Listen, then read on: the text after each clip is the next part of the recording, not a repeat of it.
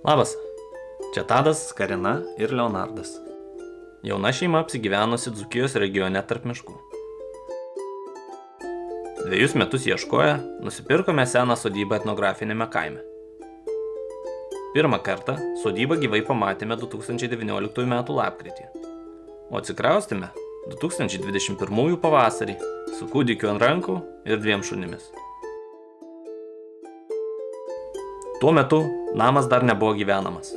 Nebuvo nei virtuvės, nei vonios kambario patogumų. Todėl gyvenome namelyje ant ratų savo naujosios sodybos kieme. Tuo metu žinojome, kad mūsų laukia daug darbo ir iššūkių, bet nesitikėjome, kad tiek daug.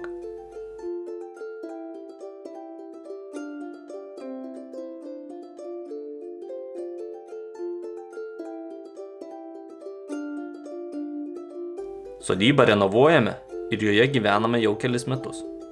Viskas vyksta labai lėtai. Nes kiekvienas darbas reikalauja prisitaikymo prie namo ir kiek įmanoma atliekamas mūsų pačių rankomis.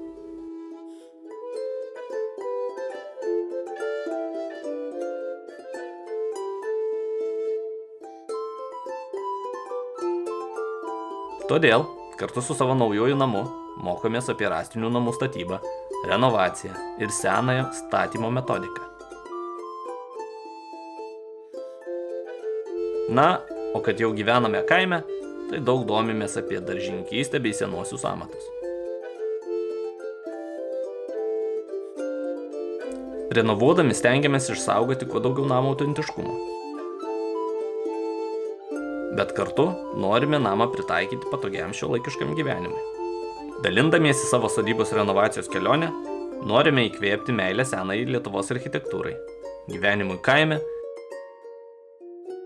įvairiems jau nykstantiems amatams ir nykstančiam gyvenimo būdui. Bet tuo pačiu norime parodyti, kokie sunkumai ir iššūkiai čia gali laukti. Taigi, jeigu sudominome, prisijunkite prie mūsų ir sekite mūsų kelionę. Iki pasimatymo.